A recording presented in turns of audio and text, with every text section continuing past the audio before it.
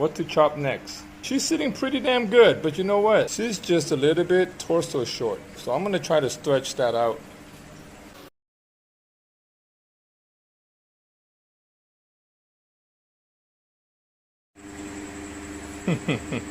Before calling it a night, we'll see you in the morning.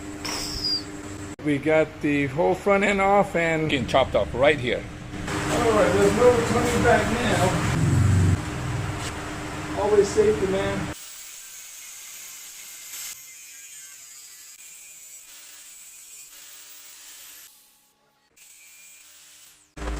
You know what? This is heavy, man. My headset's loose. Anyways, now see what we're working with. Oh boy, it's chopped. It's really chopped. We're gonna have to brace it on the inside here. Always want to do that. I guess in Thai you say you always want to dam when you're doing stuff like this. And in English, you want to put a slug in there. I might drill here and weld in there to strengthen it. But right now, let's get that brace in there. Now look, you got a oval shape.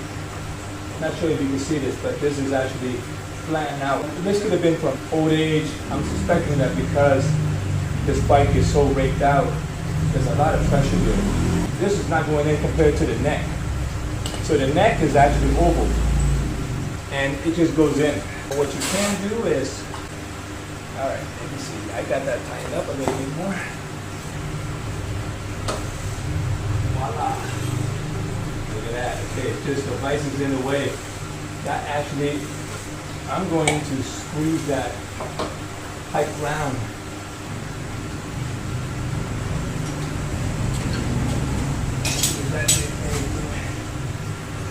Okay. Still not going easily. I might have to just jam it in there. It's a long way in. But what I could do is I could actually just grind it oval and see how it goes in. Maybe that's what I'll do. I'll be back. Because of the shape, I just had to put something there so I could get a good firm grip, and now it is oval. Nice and oval. I gotta get this thing grinded down enough to get it all the way into the frame, because I wanted to make it look, to be as strong as the original. So that's the plan. Yep. Right now I gotta figure out, okay, how the whole thing's gonna look. So I'm gonna put the fairings back on. I could take the vise out from it now that the pipe is in there. There's no weld yet. This is all through the pipe. It's pretty tight, which is a good sign.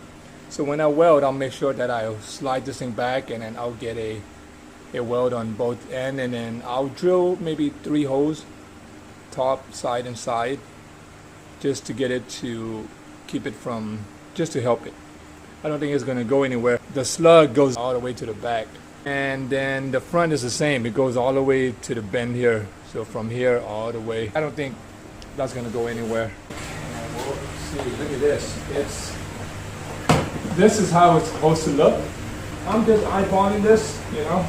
It's just going to be something like right here, and then I'll rake it like right at the bend. But I'm gonna have to really think this over. I saw there's such a gap here between this frame and that original bend, the swooper. I'm thinking I might be able to just chop it here.